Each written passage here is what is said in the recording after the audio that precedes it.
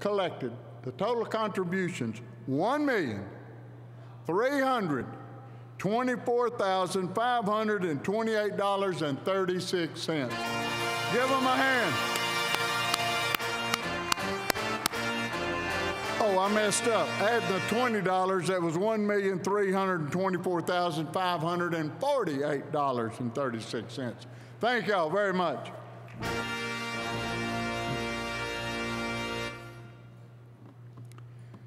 Since its founding in 1968 by the late Henry W. Bosworth, Jr., the Quincy Sun has been the essential source for local news in the historic Massachusetts town known as the City of Presidents. The patriotic editorial content of the weekly newspaper follows the proud legacy of native son John Adams, John Quincy Adams, and John Hancock.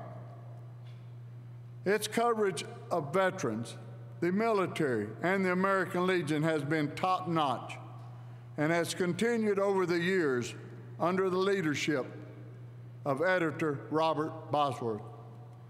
The American Legion has long recognized the importance of a free press to our constitutional republic, much like our nation's founders who lived in Quincy.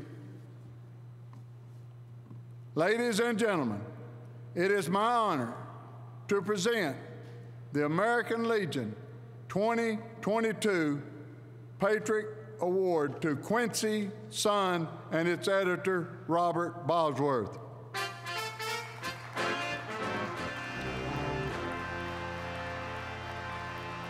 Since its founding by the late Henry W. Bosworth, Jr. in 1968, the Quincy Sun has been an essential source for local news in the historic Massachusetts town known as the City of Presidents. The patriotic editorial content of the weekly newspaper follows the proud legacies of native sons John Adams, John Quincy Adams, and John Hancock. Its coverage of veterans, the military, and the American Legion has been top-notch and has continued under the leadership of editor Robert Bosworth. The American Legion has long recognized the importance of a free press to our constitutional republic. The Quincy Sun epitomizes the values of local news in a democratic society. On behalf of the American Legion, thank you for your strong efforts in educating and informing the public. Presented this 30th day of August, 2022 at the 103rd National Convention.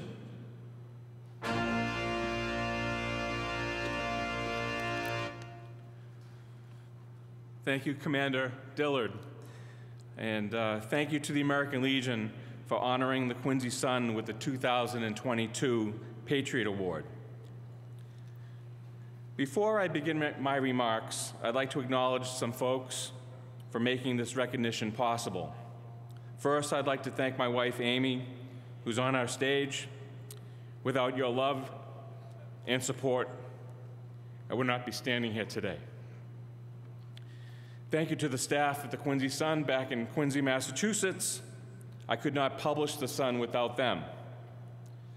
Thank you most sincerely to John J. Comer for nominating the Quincy Sun for the Patriot Award. I don't need to tell anyone that Jake is the heart and soul of all things Legion, and especially Veterans Affairs in Quincy. Jake and my dad were longtime friends, and Jake has been a big supporter of the Sun for many, many years. The Quincy Sun was founded in September 1968 by my father, Henry Bosworth. A proud World War II Navy veteran, Henry was a signalman on the destroyer USS Cogswell in the South Pacific. Cogswell earned 10 battle stars, was never hit by enemy fire, and was given the honor as the first American warship in Tokyo Bay for the Japanese surrender in 1945. 23 years later, after marrying my mom and starting a family, Henry realized his lifelong dream of starting a weekly newspaper in the city he was raised and educated. It was a big gamble, leaving a stable and good-paying job as a respected reporter and talented columnist for a daily newspaper in Boston. One story that Henry had written about for the Boston Herald Traveler was about an orphaned little boy with muscular dystrophy living in a sanitarium in Lakeville, Massachusetts. All the boy, named Francis, wanted for his birthday, his 9th birthday in October 1957, was 4 or 6 birthday cards. Well, after Henry's story was printed, Francis got a lot more than 4 or 6 cards. He got hundreds of well wishes, gifts, money, birthday cards, all for Francis.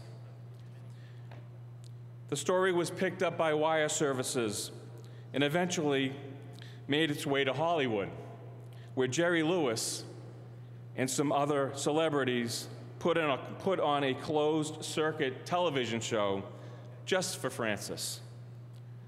The show became the forerunner of the muscular dystrophy Jerry Lewis Labor Day telethon. Henry didn't have to start a newspaper, but Quincy, he thought, deserves its own weekly newspaper. My father's gamble, with a lot of sweat and support, paid off. For the next 40 years, the Quincy Sun was Henry's labor of love. He was a tireless worker, dedicated publisher, and devoted community leader. He was also a proud member of the Morissette American Legion Post in Quincy. And today I am a member of that Squadron 294. Henry treated all with fairness and respect. In February 2009, Henry passed away unexpectedly at the age of 84. I became the publisher and editor, and with the help of 2 of my sisters who were on the staff, we have continued our father's legacy. One of the cornerstones of the Sun's coverage has been veterans and the American Legion. Quincy is a very active city when it comes to local veterans. There are parades, memorial observances, ceremonies, and other veterans-related news stories that the Sun has covered since our beginning. So I want to acknowledge Quincy's veterans, the city of Quincy, and all the veterans groups, including the American Legion, for all they do. Veterans are an important cornerstone of the community and deserve recognition for everything they have done to defend our nation's freedom and to help build and sustain the fabric of cities and towns everywhere. I began my newspaper career in 1984 while a student at the University of New Hampshire and joined the staff full-time after earning my degree in 1987. As I think back to my career that has spanned almost 40 years, I know there is a correlation between my fondest memories in the newspaper business and the Quincy Sun's coverage of veterans. I think about taking photos at the 100th birthday party for Dan Schaefer, a local World War II Marine Corps veteran. One photo shows Mr. Schaefer standing in salute as neighbors, local firefighters and police, Boy Scouts, and others marched by his house on Veterans Day 2020 as a bagpiper played the Marines' hymn. Another photo shows Mr. Schaefer and his wife of 73 years, Evelyn, beaming from ear to ear when he was presented a patriotic birthday cake. It was one of those small-town celebrations that Norman Rockwell could have painted for the cover of the Saturday Evening Post. 5 months after that birthday celebration, Mr. Schaefer passed away. A short time later, I received a letter in the mail from Evelyn thanking the Quincy Sun for being there for Dean's birthday. She wrote in part, "Thank you again for your wonderful coverage of Dean's 100th birthday last November 11th. It was truly a celebration of life. As you know, he went home to the Lord on April 18th, but we will always remember that special day when the city showed their appreciation for his war service. I also think about the trip my wife Amy and I took in 2015 to watch a dear friend, another World War II veteran, place a wreath at the tomb of the unknown soldier in Arlington National Cemetery in Virginia. Bob Noble, an ex-prisoner of war, placed the wreath on April 9th, National Former POW Recognition Day, as a hushed crowd looked on, including many friends and family. At the time of the ceremony, Bob Noble was 89 years old. He had been invited to lay the wreath for his many years of service to veterans' causes and being an advocate as an ex-POW. Bob was held captive for 122 days. He nearly died from his ordeal in captivity, but always considered himself one of the lucky ones. April 9th, 2015 marked the 70th anniversary of his release as a POW. The solemn ceremony for those of us who witnessed it is something we will never forget. In front of the tomb was a 30-inch deluxe wreath adorned with red carnations, daisies, and one single rose. Bob selected a yellow rose in memory of his beloved wife and companion, Gloria Noble, who had passed away 18 months earlier. The late morning and early afternoon at Arlington had been breezeless on a gray but brightening overcast day. After placing the wreath at the tomb, a bugler sounded taps. Then a sudden but gentle gust of wind kissed the wreath. A red, white, and blue ribbon fluttered momentarily. As the wind stopped, a red carnation near the yellow rose dropped to the cement below. The beloved matriarch of the Noble family had made her presence known. "Gloria's here," Bob said later, recalling the red carnation moment. Everybody in the family said the same thing. There isn't a day that we're not still together. We're not all together still. Bob also said the wreath honor was not his alone.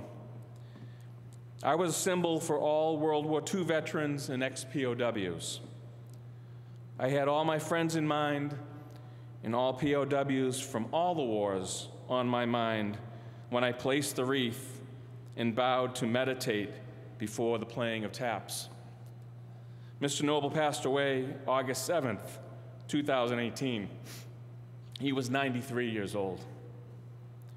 The Quincy Sun has been able to share the stories of Bob Noble, Dean Schaefer, and so many other veterans for more than 54 years because of one man's vision, Henry Bosworth. The paper he established was a labor of love. I'd like to think that Quincy is a better place today because of the Quincy Sun, because of our veterans, and because of Henry. He would have greatly appreciated this honor, but would have underscored the fact that none of this is possible without the support the paper has received for more than a half-century.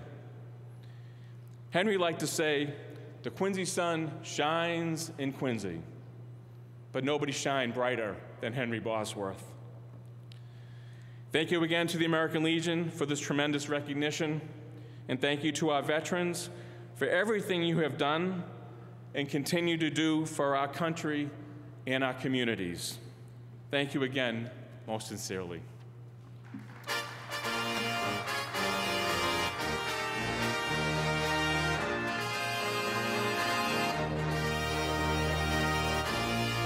Do I just a minute, please. We've got a special presentation to be given to you by past National Commander Jake Comer from the state of Massachusetts.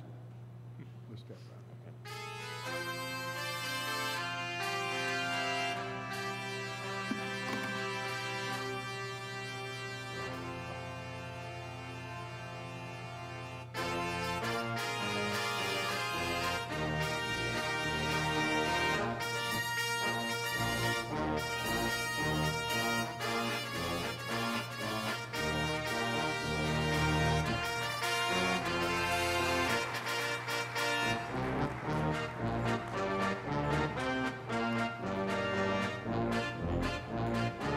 Henry was at the National Commander's reception last evening with us, and he was wearing a red jersey like many of us wear. And I said, the red is pretty popular. He says, well, it is, but I'd wear a Suns shirt if I had one. So I got up out of the table without him even watching me. I went over to Dan Wheeler, and the way in which he does it anyway, Siri, get me the emblem sales. And he ordered a shirt and a cap and had it delivered here today. So Henry, you now have your son's cap and your son's shirt to wear at tomorrow's set. And so on behalf of Jim Fratellillo, our department